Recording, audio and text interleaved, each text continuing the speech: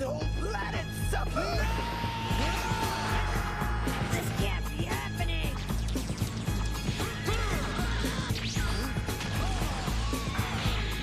I am the Prince of all Saiyans once again!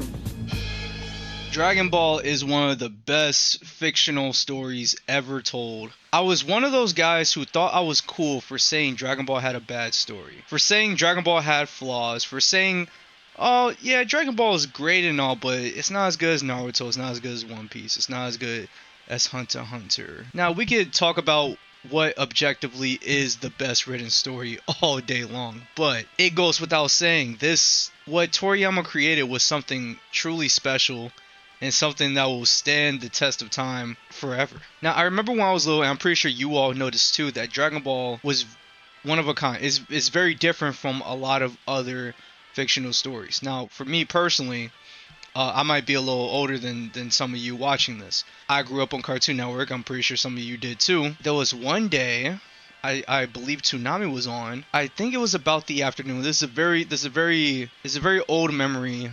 I believe it was in the afternoon. They were showing Dragon Ball Z, and it just looked different. The tone was different. The characters were talking different. It was very, very distinct from other animated shows that we're watching, even action shows that I would see made by DC. It was extremely different from those things, and it caught my eye. And I'm pretty sure that it did the same for you guys as well. Even though it is very distinct from DC, from Marvel and stuff like that, the anime did give a lot of superhero vibes to it. I will say, this kind of gave me, and I'm pretty sure it gave a lot of you, a misconception on what Dragon Ball is, on who Goku is, and the rest of these characters. I know a lot of people say, a lot of people point out this speech that Goku was giving to Frieza when he turned Super Saiyan. He was like, I am the Super Saiyan, basically. I am the Super Saiyan speech. Knowing what I know about Toriyama's Goku, on what he intended Goku to be, he was basically telling people to fuck off so they can come back later and fight. He didn't really care I don't think he really cared whether they became a good person or not most of the time. It's very hard to say that because Toriyama was he kept to himself a lot, so it's very hard to really say definitively what Toriyama wanted, what were his intentions with certain things in the story, and various other things. There was a recent interview on a podcast. What was it called? I can't even fucking say that. I would just put in the fucking video. There was a recent podcast. It was an interview with Toriyama's editors, and they gave a lot of insight onto who Toriyama was, what his intentions were with certain choices in the story, and just his thought process behind very big key moments behind Dragon Ball. Toriyama, unlike a lot of the Dragon Ball fan base, is a very unserious guy. Very, very competitive. I feel like he took the work of making Dragon Ball very seriously, but he was a very goofy guy. He was very laid back, you know. Something that I feel like a lot of the fan base could adopt. A lot of these guys. And if it don't apply, let it fly. If it don't apply, let it fly. For any of you watching this video, a lot of Dragon Ball fans take this show way too seriously.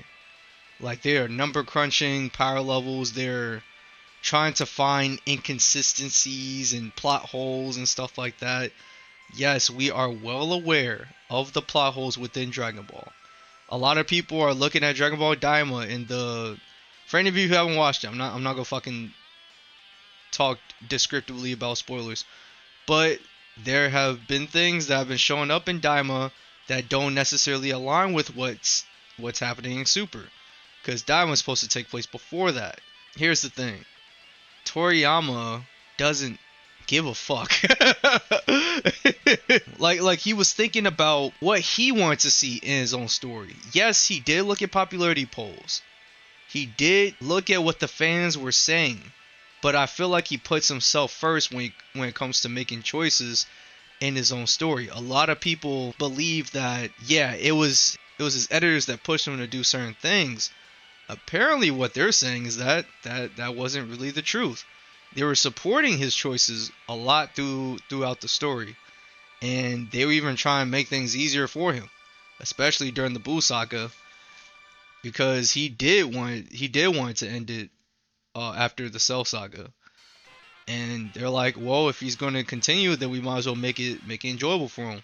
The Majin Buu saga was only supposed to last about a couple weeks, like 2 to 4 weeks, and it ended up going way longer than all of them intended.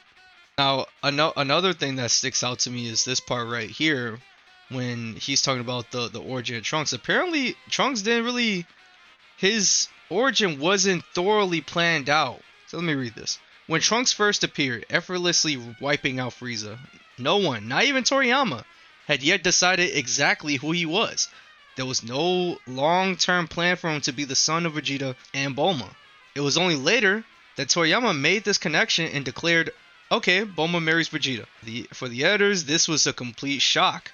Up until that point, Bulma has shown no particular interest in Vegeta, so the revelation that they would have a child left them stunned. Some suggested that the relationship should be explained in more detail, but Toriyama, in his usual spontaneous style, brushed it off with a casual, more or less. This was his philosophy. Do not overplan. Introduce ideas suddenly, and if something became inconvenient or boring, change it on the spot. His goal was always to surprise the reader while also making his own work as simple as possible. And you can call out other sections of the story where he does this. Like, we go from the end of the Tenkaichi Budokai. Goku defeats Piccolo. He has this happily ever after with Chi-Chi. Next week, we find out he's an alien. We find out he's a fucking alien. Like, there's a time skip. Goku's long lost brother comes in and is like, hey, you're an alien and you need to kill these guys. What the fuck? What the hell? There's a lot of moments like that within the story, and that it kind of defines Dragon Ball, and it's cool.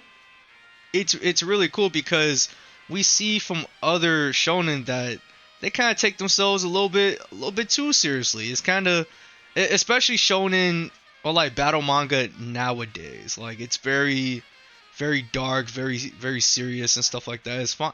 It's cool to have something that's a little bit goofy, like something that, yeah, everything doesn't make sense, but it's fucking entertaining to watch. It's entertaining as hell to watch. Now, as for the rest of these tweets, in what came out of this podcast, you guys can look in the description below. I'm going to link it so you guys can look that up for yourself. I'm going to be reading a few more here. During the Buu saga, there was a moment where Toriyama decided to experiment with a different idea. The school chapter featuring Gohan in high school and the Great Saiyaman. The idea was to try a light-hearted storyline, with Gohan attempting to hide his identity while experiencing small everyday adventures. However, after a few weeks, Toriyama got bored and abruptly abandoned it. As often happened, if something became too complicated or unstimulating, he would drop it without much hesitation. The school setting required many crowded scenes filled with background characters, something Toriyama found tedious and time-consuming to draw. So, to make the work simpler and more enjoyable for himself, he quickly cut that storyline and moved on to something more dynamic and absurd. This tendency toward improvisational storytelling is also evident in the introduction of Trunks. Yeah, unfortunately, like, as much as I was enjoying Gohan, I guess Toriyama thought it was boring, like, going through that section of the story. There was a belief that he changed it because the Japanese audience wanted to see more of Goku, that they wanted it to go back to the standard formula of just Goku being the protagonist. But when you look at the popularity polls at the end of the Cell arc and you see that Gohan is the most popular character, that doesn't really align with what we thought. And turns out it was Toriyama that got bored. It was Toriyama that wanted Goku to come back. There was one thing that they mentioned about that part of the story having a light-hearted tone. So, yeah, compared to the original Dragon Ball Z had like a very intense had a very intense tone to it. Previously, under Kondo's management, the structure of the series was clear. A powerful new villain was introduced, leading to an epic showdown with Goku. After repeating this pattern with Frieza and Cell, Toriyama seemed to grow tired of this type of storytelling. He felt that he had already given enough in terms of battles and ruthless antagonists, which is why the Majin Buu saga took on a more comedic tone, resembling Dr. Slump in style. The shift in tone was, in a way, inevitable. The Cell saga had become increasingly complex with time travel and paradoxes, creating a difficult narrative structure to manage. This thread, it's a big tell that he probably enjoyed making the Buu saga the most. It's funny that I'm saying this because the Buu saga, by some fans, a lot of people see it as the worst saga in terms of like writing and stuff like that. Toriyama was having a damn fun time writing it, and honestly, as a kid when I was watching it, the Buu saga was my favorite. Had the most characters. It did have some comedy. I enjoyed the comedy, and stuff like that. And there was a lot of surprises in that section of the story, and that was another thing that Toriyama loved to do. He loved to surprise the audience. In a typical setup, the strongest fighters will face off in the finals, but in Dragon Ball, the decisive duel could happen in the first round. This often led the editors confused. What happens after that? But Toriyama, true to his philosophy, would simply respond, if I put the most epic fight first, then I'll just come up with something else. His priority was to surprise the reader, create something unexpected, and not worry too much about long-term consequences. This ability to subvert expectations and improvise solutions made his storytelling fresh and unpredictable. His goal wasn't to build a perfectly structured plot, but to surprise and to entertain, always leading readers eager to see what happens next. Yeah, that pretty much lines up with how Dragon Ball rolls. So like, you look at the Tenkaichi Budokai, the first one that Goku participated in, and he fights. Oh my god. What was Master Roshi's alter ego? Jackie Chun. He fights him. He fights him in an epic battle, and Goku loses. Goku loses. You would think, reading the story, he would win that fight, but Toriyama likes to surprise people. Goku shows up on Namek, fucking loses. that's a big surprise. Goku fights Cell. Like they show up. There's a whole like Cell gains turn. We're thinking we're gonna go through the whole line of Z fighters and stuff like that. No, Goku's up first and he gives up. It's like, I'm good. I'm good. Go on, you go ahead. Which was like the biggest shocker to me in the series. Like this show is so unserious. It's so fun. It's so fun to watch. It's so fun to talk about. When it comes to like analyzing every little minute thing about this series, it's cool to have those fun conversations. Definitely have those fun conversations. But when you're calling people out of their name, calling people stupid, dumb, for having an opinion on certain things going on in the story, or like trying to create a whole list of facts to prove people wrong, like you're on a fucking science board or whatever. You're trying to like disprove things and shit like that by attacking other people. It's weird. It's so weird. Maybe that's just a nerd thing to do, like, because I know it's a lot of nerds do that, not just in the Dragon Ball community, but in other anime communities as well. I was a fellow Naruto back in the day.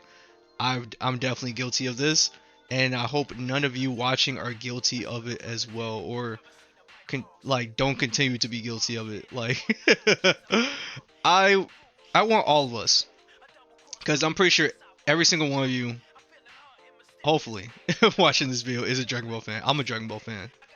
I want us to enjoy the fuck out of this series, because Toriyama made something truly special, and he left it with us forever. This is something that's gonna be with us forever. I need y'all to think about that for a second. Something that lasts even long after he's gone. This is a piece of Toriyama that's going to linger on this fucking planet, to linger in this plane of existence long after his spirit is fucking gone. I think that's truly special, and I think that we should all enjoy it to the fullest. And yeah, that's about all I got to say, man. This was fun information to come out about Sensei Toriyama and his editors, and it was so good. It was so cool to see some more insight, some more background on what was going on during Dragon Ball. So yeah, it was man, this is pretty cool. So let me know what you guys think in the comment section below, and I will see you all again very soon.